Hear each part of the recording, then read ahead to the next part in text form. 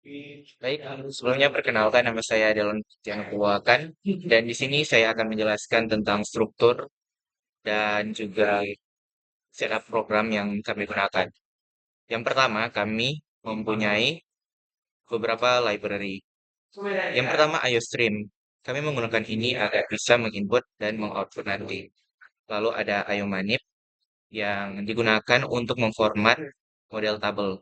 Lalu ada string, di mana ini digunakan untuk menyimpan teks berupa nama ataupun jabatan. Lalu ada vektor, di mana ini digunakan agar kita bisa menyimpan seluruh daftar karyawan secara fleksibel. Dan yang terakhir ada fstream, yang digunakan untuk menulis hasil ke file laporan. Di sini ada struktur yang kami gunakan, yaitu struktur karyawan, dan berfungsi untuk menyimpan seluruh data dari salah satu karyawan. Nah, dengan struct ini, kita bisa menyimpan seluruh informasi dari karyawan dengan hanya menggunakan satu variabel saja. Oke, jadi berlanjut, perkenalkan nama saya Fadlan Arif Syawal, NIM 240211060034. Jadi di sini untuk bagian selanjutnya ini ada fungsi untuk menentukan gaji pokok dan tunjangan dari DP karyawan berdasarkan golongan. Nah, di sini ada fungsi eh, yang bernama hitung gaji pokok. Di sini dia fungsinya itu void karena dia tidak mengembalikan suatu nilai. Dia parameternya itu karyawan yang pointernya itu merujuk ke yang structure tadi. Jadi untuk dalam fungsi penggaji pokok ini ada di dalamnya itu ada switch, switch untuk golongan. Nah, jadi dia untuk case yang pertama itu gaji pokoknya itu dia 3 juta dengan tunjangan pengabdian itu 400.000 dan jabatannya itu manajer. Lalu itu lanjut ke case yang kedua. Case kedua ini gaji pokoknya 2.500.000 dan tunjangan pengabdiannya itu 350.000 dengan jabatannya itu supervisor. Lalu case yang ketiga itu gaji pokoknya 2 juta dengan tunjangan pengabdian 30.000 dan jabatannya itu staff. Nah, lalu ada case yang keempat itu gaji pokoknya 1.500.000 dengan tunjangan pengabdian 250.000 dan jabatannya itu operator. Nah, di sini ada yang defaultnya itu case default dia tidak ada. Maksudnya ini gaji pokoknya itu nol, tunjangan pengabdiannya nol, dan jabatannya itu tidak diketahui. Nah, intinya untuk fungsi ini hanya sekedar nanti pas running DP code itu dia bakalan disuruh untuk memilih golongan dari karyawan yang akan dimasukkan perhitungan gajinya. Jadi kita lanjut saja ke bagian yang ketiga yang akan dilanjutkan oleh teman saya. Baiklah, perkenalkan nama saya Theodor Jong dan di sini saya akan menjelaskan mengenai fungsi menghitung total gaji dan pajak. Nah, pertama kami mendeklarasikan sebuah fungsi yaitu hitung gaji dan di dalam fungsi tersebut ada dua variabel yang kami deklarasikan yaitu tarif lembur yang kami beri nilai 20.000 dan tarif pajak yang kami beri nilai 0,005. Nah, pertama kami menghitung untuk hitung lembur ya untuk otomatis dan juga lalu kedua kami menghitung bonus berdasarkan lama kerja. Karena ya lama kerja tentu akan mendapatkan bonus tergantung berapa tahun dia bekerja di perusahaan tersebut dan juga ada perhitungan pajak. Ya, pajak dihitung dari gaji pokok plus lembur dan untuk gaji bersihnya kira-kira perhitungannya seperti kira-kira perhitungannya adalah gaji pokok ditambah tunjangan pengabdian ditambah gaji lembur ditambah juga bonus dan semua hal itu dikurangi pajak. Sekian. Baik, perkenalkan nama saya Kristali Ambarta dan pada saat ini saya akan menjelaskan menampilkan tabel menggunakan void agar tidak ada nilai return dan kegunaan dari fungsi setway ini adalah agar tabel terlihat rapi dan sejajar meskipun panjang dari data-data yang disebut berbeda-beda. Selanjutnya adalah fungsi untuk menyimpan file ke dalam bentuk txt itu kita menggunakan library abstract. Nah, jadi kita lanjutkan ke bagian selanjutnya. Itu ada fungsi main yang dimana ini merupakan fungsi yang utama orang mau menjalankan programnya itu. Jadi sini pertama kita deklarasikan dulu variabel jumlah karyawan dengan tipe data integer. Lalu sini ada cout yang untuk tampilan saja ini. Lalu meminta input in dengan variabel jumlah karyawan. Lalu di sini ada vektor karyawan dan juga daftar jumlah karyawan. Nah, di sini ada looping for.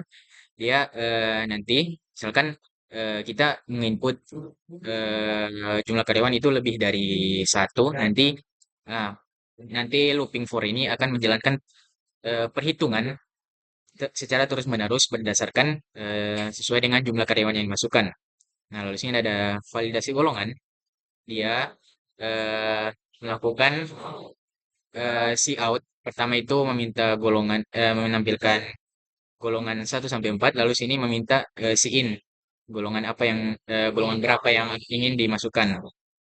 Nah, lalu sini eh, jika golongannya itu tidak valid, maka akan muncul golongan tidak valid, masukkan 1 sampai 4. Nah, lalu akan apa? Setelah itu meminta input jam kerja dan juga jam lembur.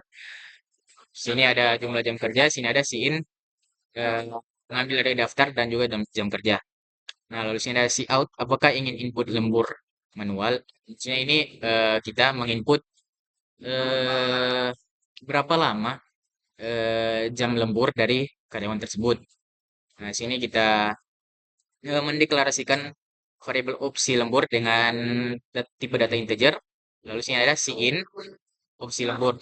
Nah, jika opsi lembur itu lebih sama dengan satu, jika misalkan kita memilih opsi lembur itu sama dengan satu, maka kita akan menginput jam lembur karyawan tersebut secara manual. Masukkan, lalu situ menampilkan masukkan jumlah jam lembur dan meminta inputnya.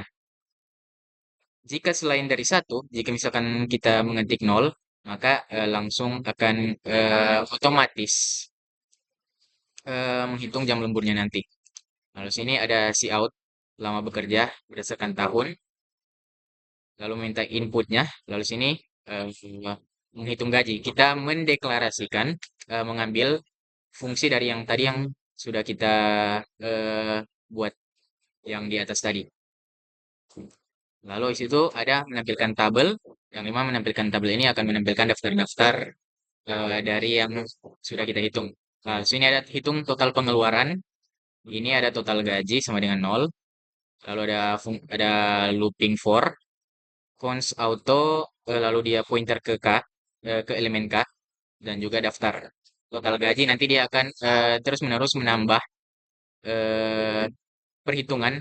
Misalkan lebih dari apa jumlah karyawannya itu lebih dari satu, maka akan terus-terus menambah total gaji dari karyawan tersebut ke dalam total gaji ini yang akan menampilkan total pengeluaran dari perusahaan tersebut. Nah, di sini ada SEO-nya, total pengeluaran perusahaan sama dengan berapa rupiah. Nah, lalu dia akan menyimpan ke file dan fungsinya berakhir di sini. Kita lanjut ke live demo yang akan dijelaskan oleh teman saya. Sekarang kita masuk pada live demo. Perkenalkan, nama saya Nufiri Rumak dengan NIM 802110609. Dan sekarang kita akan menjalani programnya dengan mengklik kanan. Kemudian akan diminta untuk memasukkan karyawan. Misalnya karyawan kita ada 2 dengan nama Budi. Kemudian dia termasuk pada golongan misal 3. Jumlah jam kerjanya dia harus di atas 196 jam untuk 1 bulan. Jadi misal kita masukkan dia 169 jam dia bekerja. Nah, untuk menginput lembut manual karena dia sudah di atas 196 jam, jadi kita pilih tidak. Kemudian dia sudah 5 tahun bekerja di sana, jadi kita tulis 5. Lalu karyawan kedua dengan nama Adia.